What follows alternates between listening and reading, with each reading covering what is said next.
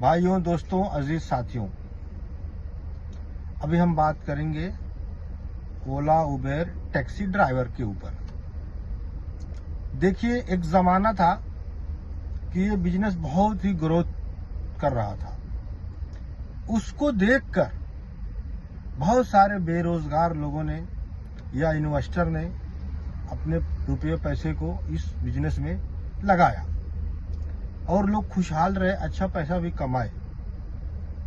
लेकिन आज की जो स्थिति है, मैं तो सजेस्ट करूंगा कि जितने भी चालक मालक हैं वो इस बिजनेस से बाहर निकलने का प्रयास करें, क्योंकि आज सभी टैक्सी धारक, सभी ओला उबेर के ड्राइवर चालक मालक रो रहे हैं, सभी परेशान हैं, सभी दुखी हैं, कोई खुश नहीं है।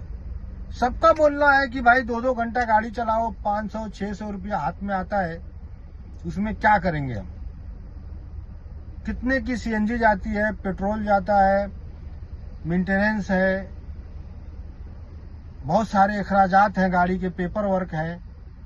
और ये जो व्यवस्था है टैक्सी लाइन की, इसमें इतने सारे पेपर होते हैं, जैसे प्रोफेशनल टैक्स, रोड टैक्स। भाई, रोड टैक्स के साथ साथ फिर प्रोफेशनल टैक्स भी आप ले रहे हैं, फिर इंश्योरेंस, फिर फिटनेस, पासिंग, ऑथोराइजेशन, क्या है, पीयूसी। अब प्राइवेट वालों को जो आप सहूलियत दे रहे हैं, यानी जो सरकार प्राइवेट गाड़ियों को फैसिलिटी सहूलियत दे रही है, उसी एतबार से टैक्सी को भी देना चाहिए। तो ये जो बिजनेस है, ये पूरा ही भेदभाव और अन्यायपूर्ण है। और इसी चीज को लेकर मैं एक शेर कहूंगा जो अल्लामा इकबाल साहब ने आप इरशाद फरमाया था, जिस खेत से दहका को मयस्सर न हो रोजी, जिस खेत से दहका को मयस्सर न हो रोजी, उस खेत के हर गोशे गंदुम को जला दो। यानी ये अन्याय है। ये आम नागरिक, आम मिडिल क्लास का जो तबका है, जो इतने बेहतरीन काम से, एक अहम जिम्मेदारी के काम से जुड़ा हुआ है, ड्राइवर, ये जो है काफी हद तक परेशान है। क्यों परेशान है? कि इससे कंपनी रेट नहीं दे रही है।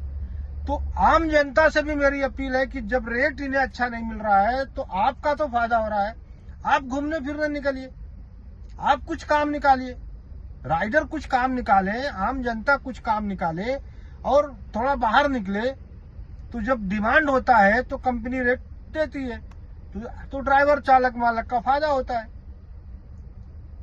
और नहीं तो मैं यही कहूंगा कि जितने भी इस लाइन के, इस बिजनेस के लोग हैं, आहिस्ता आहिस्ता वो किसी अन्य कारोबार में कन्वर्ट हो जाए, बदल जाए, चेंज कर लें अपने बिजनेस को, कारोबार को, कुछ स्किल या हुनर सीख लें, अलग गाड़ी को प्राइवेट कर लें, अपने पर्सनल यूज के लिए इस्तेमाल करें और इस कारोबार से दूर हो जाए।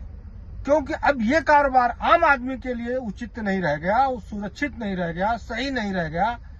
इस कारोबार में भी इतनी बड़ी बड़ी कंपनियां करोड़ों रुपया लगाकर बैठ गई हैं, जो गाड़ी भी दे रही हैं, गाड़ी का पूरी पेपर, डॉक्यूमेंट, सारा मेंटेनेंस, यानी उनके पास बहुत बड़ा स्तंभ तैयार है।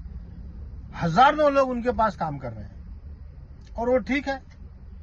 उनका कंपनी से क्या टाइप है, क्या रेट उन्हें मिल रहा है कि वो सुखी हैं, उन्हें कोई प्रकार का दुख नहीं है। इस तरह से नई नई कंपनियां, इन्वेस्टर लोग आ रहे हैं और इस बिजनेस को अपने हाथ में ले चुके हैं। अब आम आदमी और मिडिल क्लास के जो लोग हैं, उनके हाथ से ये बिजनेस निकल चुका है। अगर कोई इसमें अपना वक्त दे रहा है तो मेरे हिसाब से उसका वक्त जाया हो रहा है।